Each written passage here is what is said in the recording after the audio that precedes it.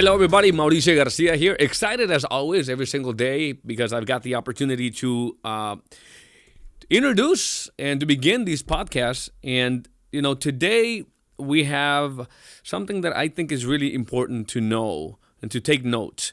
Because I tell you from first personal experience that many years back when I was starting to build my agency, I was always trying to find people that would basically replicate what I was doing. In other words, to put the same amount of work, to put the same amount of production as I was doing.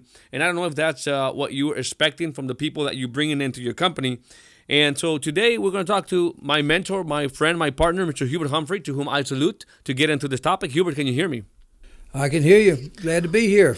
Awesome. I was, I don't know if you were hearing what I was saying, that when I was starting many years back, when I took my first stab at or attempt to build, an agency, I was expecting everybody to kind of do the same thing that I do. And I heard something from you not long ago, which was, to build something big, to build the organization that I've built, the mentality that I have is to have a lot of people doing a little and a little doing a lot.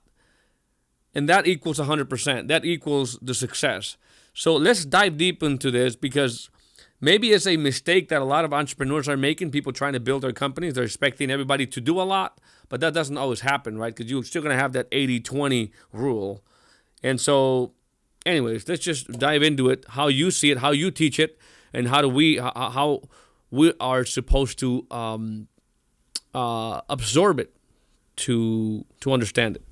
All right. Well, let me just give you a comparison of business models that I saw many years ago, and Art Williams, as we started the A.O. Williams Company, realized that that was going to make us different. I remember one time the big New York Life Insurance Company, which is a big mutual company, captive agent company, one century old, been around a long time. Their model was to they wanted to be in the so-called quote unquote professional market, higher end market, and so they would go through their process of going out to universities or wherever they did, and they would they'd interview people trying to hire them for careers in their company, but they had these personnel guys and these efficiency experts back there that would put these people through some type of I'll call it an IQ test, where you had to pass this little test before they would sort you out. It was like a sorting out resume type of a system, and they would go through all these resumes, and then they would sort them out, and if they didn't make the resume cut, nobody ever even talked to them again. But if they made the resume cut, then they would go meet with them, and they'd have a little aptitude test, and I don't know what kind of screwball test they'd give them, but they'd go through all these people. They'd go through 1,000 people down to get 10 or 12 people that they would basically hire to be New York Life, quote unquote, professional agents, and then they would go and put them out there and match them up with somebody else, and until they got themselves licensed, and anyway, and put them on a little bit of a little draw, if you will, to get them going, and they'd sort of. But look at all those thousands. There's 990 other people that were involved that you never did see them behind the scenes. Well, we built the A.O. Williams model. We did the same thing. Only difference is that we recruited all of them, put them all into the system, gave them all a chance, and let our system sort out those. Not 10. We would end up getting 100 or 100 out of 1,000 that would be sharp, instead of 10, and we were able to go out there and get a lot of value from the other 900 or so people who could get, and some of them would wake up down the road, but we kept them in the system, and they gave us prospects. They gained a financial education about how money works and how the products work, and in many cases they became clients themselves, and so they generated revenue for the whole company. But the search for the recruits, the search for the meaningful leaders and team builders came through all of them. And so we put all ours out there, and people say, well, you recruit all those people, and not every one of them succeeded. That just doesn't look right. Well, New York Life just did the same thing. You just didn't see it. They did theirs behind the scenes. We did ours by selling an opportunity. They were selling a job. We were selling a career. And so it's a whole different animal when you look at it like that. That's the first thing. That's the first thing somebody might be. I'm just trying to give somebody some business way of looking at the two paradigms there, and then we'll talk a little more about it. Yeah, well, it takes me back to that one video you shared with me in one of the meetings, one of the strategy meetings, where you shared the great "Do It" speech by Art Williams, and I think he wanted to really make that point clear to everybody that was listening to him at that time, where he's saying, there is no machine, there's nothing really that's been created right now that can measure the heart of a person, right? The heart of a champion. And he's saying that a lot of people basically, in the beginning didn't believe he could do it because he wasn't born maybe in the right side of the town, because he didn't have the right degree. So now I understand where he was coming from here, and how the great A.L. Williams was built now for America by giving everybody an opportunity to success, and therefore beating the top companies, maybe the top next three insurance companies, in the United States, in just less than a decade, or maybe a little bit over a decade. Right. Well, it takes that, and since there's no way up front to just look into the heart and mind of a man or a woman to see if they're a winner or not. They don't walk around with a big W on their forehead that says, "I am a winner." You have to put that in, and you'll need a system. You got to take some of it takes emotions to attract the people to come into the system, but then but the system takes the emotions out, and causes to see who's got the hunger and drive to keep taking the next step, doing the next little ones as we talked about previously, and just keep going over and over and over again, and the system sorts you out if causes you to. Just causes you to go through the numbers. To me, if you're going to stay small, if you're never looking to do too big, you don't need a system, because you already have the average and ordinary format system programmed as your default position in life, and so just kind of keep doing what you're sort of doing. You're going to keep getting what you've been getting. But if you want to go to high numbers, to go from the law of averages down to the high number up to the high numbers, that's where a system comes in, to cause you to go through lots of people, and the system will sort it out where lots of people are going to be doing a little bit along the way. And that little bit could be nothing. It could be a little bit. It could be a little bit more. But those few that really separate themselves and become the leader of people, it's like a spring training at a football camp. Everybody comes out there, and at the end of the spring training, they got you starting 11 players on offense and defense. You say the same. You know who your first stringers are. You know who your second stringers are. You know who didn't make the cut. It's the processing, and you have to go. It's a testing. I'll never forget when I went to Georgia Tech. Georgia Tech's a pretty tough school. It's like the MIT of the South, and you got to have good grades to get in there. And I was lucky enough to get in. And I remember that first, the dean is welcoming all the freshmen, and we were all out there. Of course, everybody at the school was in this big class, was in this big assembly hall, and then had all the freshmen stand up. And I stood up, and I said, he's going to recognize all of us freshmen. He said, I want all of you to turn around, and I want you to shake the hand of the person on your left, the person on your right, the person in front of you, the person in your back, and back to you. He said, I want you to do two things. I want you to tell them hello and goodbye right now. And so we all did that. He says, the reason why I'm saying that now, he says, because there's only a few of y'all going to still be here at the end of 4 years. There's only a few of you going to make it. Only a few of you are going to graduate. There's going to be very few of you going to graduate with honors. There's only one or two or three of you that's going to come out of here and really change the world. And so I'm sitting there starting out with all the rest of these guys, and I'm telling them all goodbye around me, and they're telling me goodbye. And I said, well, he doesn't know what he's talking about. Well, sure enough, 2 years later, I went 2 years. 2 years later, I'm married now.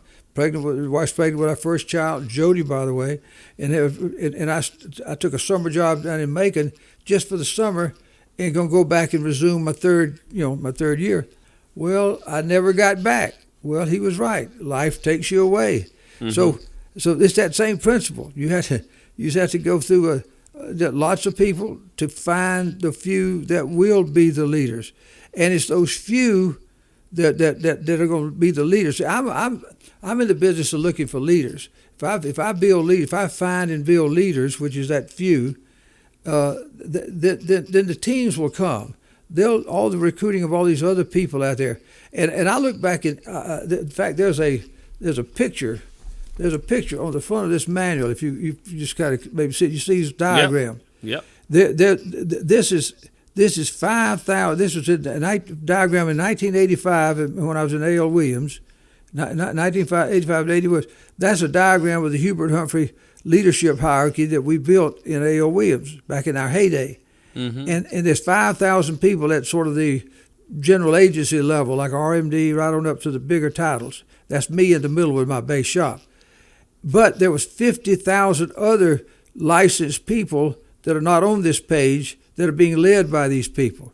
And there's probably another 200,000 or 300,000 people that we went through just to get those 50,000, just to get these 5,000, and just to get these couple of hundred serious ones, the bigger circles of the bigger guys, and to get those 5 or 10 superstars.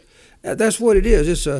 It's just going through that law of averages to get to the high numbers processes. It's like if you're out filtering when the gold rush hit out in California. Everybody's out there in those streams and out there, and they got their little sifting devices, and they got to go through tons and tons of sifting to get just a glimmer of gold. And as they shake out all the soot and mud and water, there's a little piece of little bit of gold, and they have to mine. They have to come in there with machines and water pumps and just blast down and wash walls of dirt away to make it commercial to find just that much gold out of removing a mountain almost. And so that's life, and that it's like it's just this process on Earth. There's lots of people coming to Earth to be processed to see who's going to make the grades, who's going to be telestialized and terrestrialized and celestialized, and in this process trying to be ye therefore perfect, even as your Father in heaven is perfect. None of us are going to be perfect while we're here, but we're supposed to be striving for as many degrees of perfection as we can to get there. And that's the principle of this thing. I can see it. I can totally see it now. Why is that? Lots and lots of people led by a few doing a lot, and the few doing a lot inspire, they motivate, they show people that they too could do it. And I think in many cases, some of the individuals that were part of the many doing a little were eventually some of the ones that did a lot, because they were inspired, but somebody always showing the way, but somebody always leading. And if you woke up maybe later on, but somebody like that, or one of these big companies that have these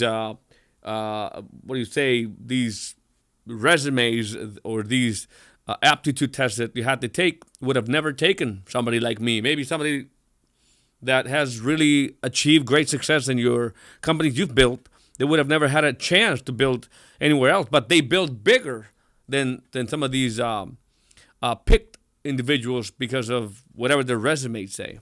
Hey, Mauricio, remember that story I told you a while ago about New York Life? Yeah. This is the B part of that story, the finish of that story. Art Williams had one of his officers send a letter, because we saw this was written up in the I think the Wall Street Journal or some public newspaper was written up telling about how they processed and how they were highly professional, and they put their people through this test, and they'd go through all this. So they basically pulled the curtain back and kind of told you how they were making their sausage. Well, we saw all that, and so Art has them send a letter to the New York Life people saying, listen, we don't want your 10, but would you please send us the 990 people that y'all turned down? That's who we built our business with. And he used to tell us about that in the meeting. But that was the principle of the thing. And if you read in that great book that was the True Believer by Eric Hoffer, who was talking about how the building of making of mass movements, and he described how was America created. It said it was the dregs, dregs, the dregs of society in Europe were sent over here in chains, and the prisoners and the weaker ones and the religious zealots and people that they just wanted to cast out of their society. They sent all that over here.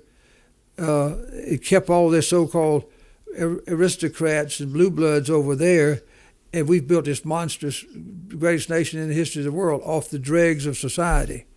And it was lots of people doing a little bit, and that little bit ends up coming over here and be resifted through the American free enterprise system today using free agency. And look what happens. We're a country, we got some people out there that don't have much. Now, if it comes down to certain people just can't cut it, those that are doing a lot have to do things for society and help other people, so you don't leave people behind. Now, you just don't have a dole system. You know, mm-hmm. if you keep somebody on the dole or the welfare system forever instead of helping them get off of it, you know, that's not a good thing either. I'm not here to preach politics, but I'm just saying you got to. Some people are going to rise up, and if you're blessed to rise up and be more successful than others, you owe them a helping hand, hand in any way you can. I can see that. That's America being described right here. This system is a lot of people doing a little, but being inspired by those that are doing a lot. And just look at the Statue of Liberty. You know, I'm not going to quote it exactly what it is. You can go and read it. But anyways, bring me your huddled masses yearning to be free. Yeah, you're impoverished, you're enslaved, those. You know, that's the key. There you go. Well, great message today, Hubert. Thank you so much for it. But I don't want to wrap this podcast up just yet, because I need to remind everybody that there is an opportunity right now. If there's probably a lot of people right now looking for what's the vehicle that is going to take me to where I really want to go. And there's so many different opportunities out there that people are looking at, which in my opinion are inferior opportunities, because the greatest opportunity really lies today in the financial industry, in the business of money, in the business of people. And so if you want to learn what that opportunity is about, I call it the best kept secret for the last 30, 40 years, but those who have discovered it and have harnessed that opportunity have really built a lot of wealth, has created a lot of opportunity for themselves and the people that get involved. So I would like you to learn about it now that you have the opportunity by going to hgiopportunity.com. That is the website, hgiopportunity.com. There is a full presentation about what it is, and there is also a way for you to learn how to get involved. So go check it out before you join any other so-called great opportunity, because there's only one great opportunity, and that is the HGI opportunity. So go check it out right now. We'll see you on the next podcast. And Hubert, as always, thank you so much for all the value that you share with us. Thank you so much, sir. Have a great day. Have a great day, everybody. All right. See you. Warning, this podcast may change the way you think about business, entrepreneurship, and money forever. The Conquistador Podcast was created for dreamers, entrepreneurs, and leaders who want to conquer their future. To be an epic entrepreneur, you must adopt the right mental paradigms as well as master the art of selling, marketing, and finance.